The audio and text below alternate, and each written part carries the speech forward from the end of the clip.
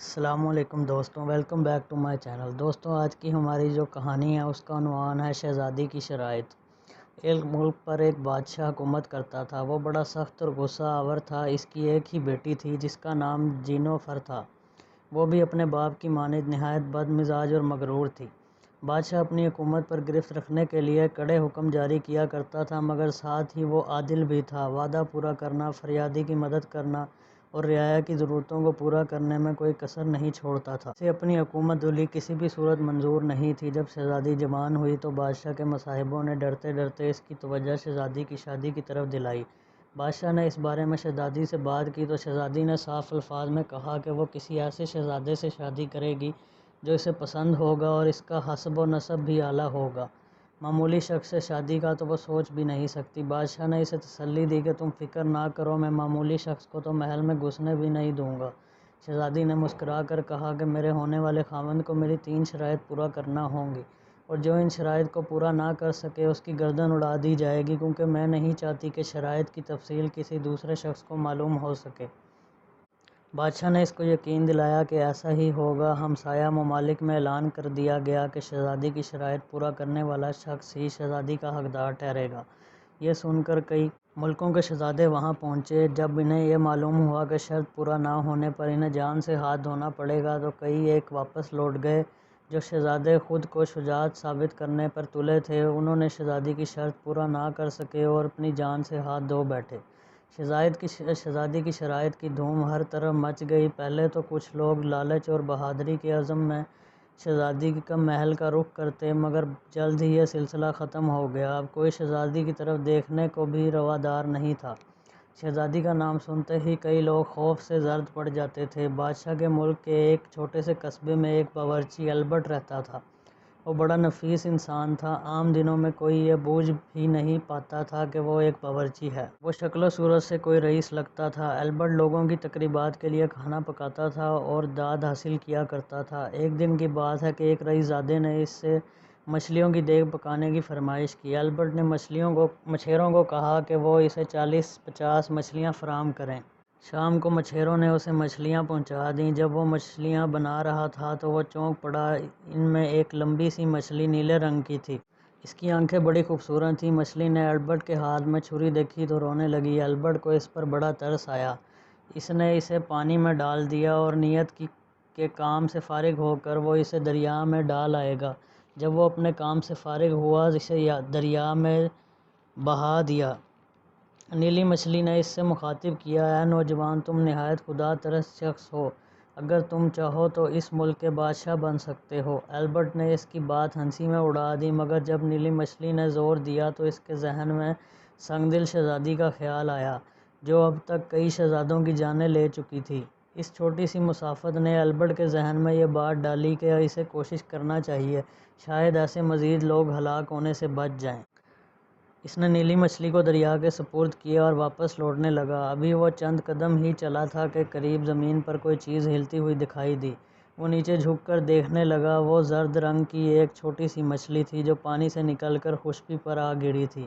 Albert نے اسے اٹھایا اور واپس پانی میں ڈال دیا۔ مچھلی نے البرٹ کا شکریہ ادا کیا اور پانی میں چلی گئی۔ وہ مسکرا کر واپس لوٹ گیا۔ جب وہ شہر کے فصیل کے قریب پہنچا تو اس نے ایک سنہری ہنس کو دیکھا جو زمین پر لوٹ پوٹ پڑا تھا۔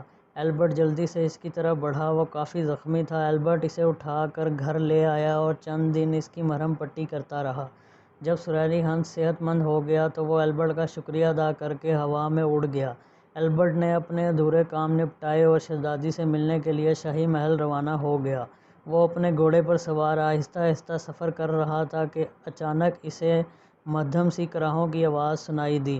وہ رک کر ادھر دیکھنے لگا۔ تھوڑا سا غور کرنے پر اسے معلوم ہوا کہ یہ کراہیں دراصل چونٹیوں کی تھیں۔ چونٹیاں جنہیں ایک بیجو بلی کھود کھود کر نکال کر کھا رہا تھا۔ البرٹ کو چونٹیوں پر ترس آیا۔ اس نے بیجو کو ہلاک کر ڈالا۔ چونٹیوں کی ملکہ نے البرٹ کا شکریہ ادا کیا۔ البرٹ مسکراتا ہوا اپنے سفر پر روانہ ہو گیا۔ وہ جب شاہی محل پہنچا تو اس نے اپنی آمد کی وجہ بیان کی۔ شاہی درباریوں نے اسے سمجھا کہ وہ اپنے ارادے سے باز رہے، مگر البرٹ مضبوط ارادے کا تھا۔ بادشاہ کو البرٹ کی اطلاع دی گئی۔ بادشاہ نے اسے شہزادی سے شہزادی کے پاس بھیج دیا۔ شہزادی نے اس کا خوب جائزہ لینے کے بعد کہا اس کی شرائط معمولی نوعیت کی ہیں، مگر اگر تم ناکام رہے تو تمہیں جان گنوانی پڑیں گی۔ ایلبرٹ نے ہر طرح کی یقین دہانی کرائی۔ ایلبرٹ کو خاص مہمان خانے میں ٹھہرایا گیا۔ دوسری صبح بادشاہ نے اسے بلوایا اور اپنے خاص خادم کے ہمراہ لے کر دریا پر چلا گیا۔ ایلبرٹ خاموش رہا۔ بادشاہ نے ایک چمکتی ہوئی سرخ نگینے والی انگوٹھی اس کے ہاتھ میں تھما دی اور کہا تم اسے اچھی طرح دیکھ لو، ابھی تمہاری آنکھوں پر پٹی باندھ کر انگوٹھی دریا میں پھینک دی جائے گی۔ تمہیں یہ انگوٹھی کل دوپہر تک دریا میں سے تلاش کر کے محل میں لانا ہے۔ تمام علاقے کو سپاہی گھیرے میں لیے رکھیں گے، تم فرار نہیں ہو سکو گے۔ اگر تم پہلی شرط میں کامیاب رہے تو دوسری شرط بتائی جائے گی، ناکامی کی صورت میں کل دوپہر کے بعد تمہیں قتل کر دیا جائے گا۔ ایلبرٹ نے سر ہلایا، پھر اس کی آنکھوں پر سیاہ پٹی باندھ کر انگوٹھی دریا میں پھینک دی گئی۔ چھپاکے کی آواز سنائی دی۔ اس کی آنکھوں سے پٹی اتار دی گئی۔ بادشاہ اسے خیر بات کہہ کر واپس لوٹ گیا۔ ایلبرٹ نے دریا کے بہتے ہوئے پانی کی طرف دیکھا۔ وہ انگوٹھی کہاں تلاش کرے؟ یہ بڑا گمبھیر معاملہ تھا۔ اسے اپنی موت صاف دکھائی دے رہی تھی۔ نیلی مچھلی نے اسے پھنسا دیا تھا۔ وہ دریا کے کنارے مایوسی کے عالم میں بیٹھ گیا۔ جب شام قریب ہوئی تو دریا کے پانی میں سے ہلچل سی محسوس ہوئی۔ ایلبرٹ نے چونک کر دیکھا تو اسے زرد رنگ کی ایک مچھلی دکھائی دی جس کے منہ میں انگوٹھی دبی ہوئی تھی۔ انگوٹھی دیکھ کر ایلبرٹ کی جان میں جان آئی۔ اس نے مچھلی سے انگوٹھی لے کر اس کا شکریہ ادا کیا۔ مچھلی ہنس کر بولی بھلائی کرو گے تو بھلائی پاؤ گے۔ ایلبرٹ نے انگوٹھی حفاظت کے ساتھ جیب میں رکھی اور شاہی محل کی طرف روانہ ہو گیا۔ رات سے پہلے ہی اس نے انگوٹھی شہزادی کے ہاتھوں میں تھما دی۔ بادشاہ اور شہزادی اس شرط کی تکمیل دیکھ کر دنگ رہ گئے تھے۔ بادشاہ نے اسے آرام کرنے کا کہا اور اگلی صبح دوسری شرط بتانے کا وعدہ کیا۔ اگلی صبح بادشاہ ایلبرٹ کو ساتھ لے کر ایک بڑے باغ میں پہنچا۔ اس نے سپاہیوں کو حکم دیا کہ وہ چاولوں کی بوریاں کھول کر تمام باغ میں بکھیر دیں۔ سپاہیوں نے حکم کی تعمیل کی۔ جب سپاہی اپنے کام سے فارغ ہوئے تو بادشاہ ایلبرٹ کی طرف متوجہ ہوا۔ نوجوان، تمہارے پاس صرف کل دوپہر تک کا وقت ہے۔ تمہیں تمام چاول اکٹھے کرنا ہے اور انہیں واپس بوریوں میں ڈالنا ہے۔ اگر تم اس شرط میں کامیاب رہے تو تمہیں اگلی شرط بتائی جائے گی۔ اگر ناکام رہے تو پہلی شرط کے انعام میں جان تو بچ جائے گی، مگر وہ باقی زندگی قید خانے میں گزارے گا۔ بادشاہ اپنی بات کہہ کر رخصت ہو گیا۔ ایلبرٹ نے گھوم کر باغ کا معائنہ کیا تو کافی بڑا تھا۔ وہ اگلے ہی کئی ہفتوں تک چاول کے دانے اکٹھا کرتا رہتا تو بھی شاید کامیاب نہ ہوتا۔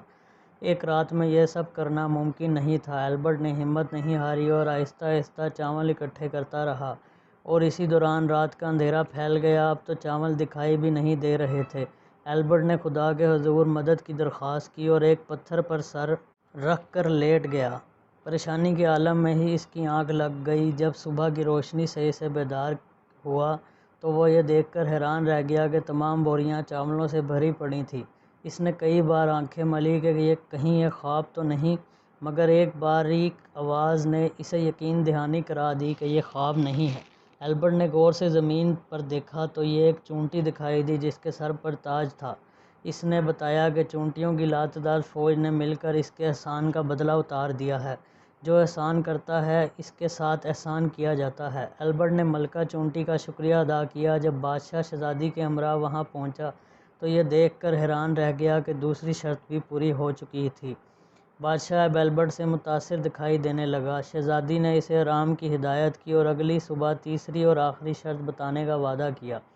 ایلبرٹ اب کافی مطمئن دکھائی دے رہا تھا کیونکہ اسے یقین ہو چکا تھا کہ خدا کی مدد اس کے ساتھ ہے۔ اگلے دن ایلبرٹ جب مقررہ مقام پر پہنچا تو اس نے دیکھا کہ وہاں 50 کوے موجود تھے۔ ان کے پنجوں کے ساتھ ایک سیب باندھا ہوا تھا۔ شہزادی نے ایلبرٹ کی طرف دیکھا اور اپنے سر کی سلائی اتار کر ایک کوے کے پنجے سے بندھے ہوئے سیب میں دھنسا دی۔ پھر سب کووں کو ایک ساتھ اڑا دیا گیا۔ یہ سب کرنے کے بعد شہزادی نے ایلبرٹ کو کہا کہ اس کے پاس کل دوپہر تک کا وقت ہے۔ اگر وہ سر کی سلائی تلاش کرنے میں کامیاب ہو گیا تو شاہی محل لوٹ آئے گا، ورنہ نہیں۔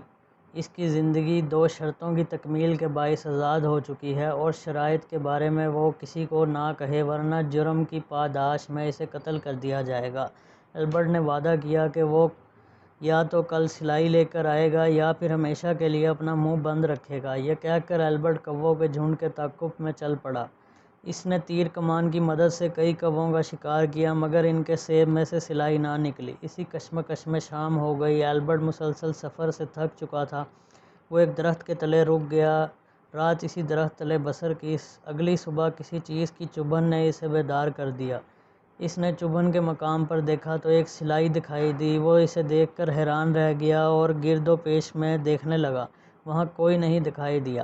درخت کے پتوں میں سرسراہٹ پیدا ہوئی اور ایک سنہری ہنس نے اپنی گردن نکال کر البرٹ سے کہا، نوجوان، تم ہمدرد بھی ہو اور مخلص بھی۔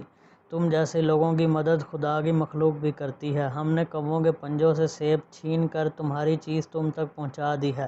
اب تم یقیناً بادشاہ بنو گے، مگر یاد رہے کہ جیسا خلوص اب تک تم میں رہا ویسا ہی خلوص اپنی رعایا کے ساتھ بھی رواں رکھنا۔ البرٹ نے اس کی نصیحت سن کر اس کا شکریہ ادا کیا اور وعدہ کیا کہ وہ غریب اور بے بس لوگوں کے ہمیشہ کام آتا رہے گا۔ البرٹ دوپہر ہونے سے پہلے ہی سلائی لے کر شاہی محل واپس پہنچ گیا۔ بادشاہ اور شہزادی نے جب اس کی صورت دیکھی تو وہ دونوں بے یقینی کے عالم میں ڈوب گئے۔ البرٹ نے تینوں شرطیں پوری کر دی تھیں، اب بادشاہ اور شہزادی کے پاس کوئی بہانہ نہ باقی رہا۔ بادشاہ نے البرٹ کو شہزادی کا نصیب سمجھتے ہوئے شادی کا اعلان کر دیا، جس پر سب درباری بے حد خوش ہوئے۔ شہزادی بھی البرٹ کی حیرت انگیز شخصیت سے مرعوب ہو چکی تھی، وہ انکار نہ کر سکی۔ بادشاہ کے مرنے کے بعد البرٹ نیا بادشاہ بنا۔ اس کی رعایا پروری نے اسے نہایت محبوب اور پسندیدہ بادشاہ بنا دیا تھا۔ دوستوں، اگر آپ کو یہ کہانی پسند آئی ہو تو میرے چینل کو لائک اور سبسکرائب کرنا نہ بھولیے گا۔ شکریہ۔ اللہ حافظ۔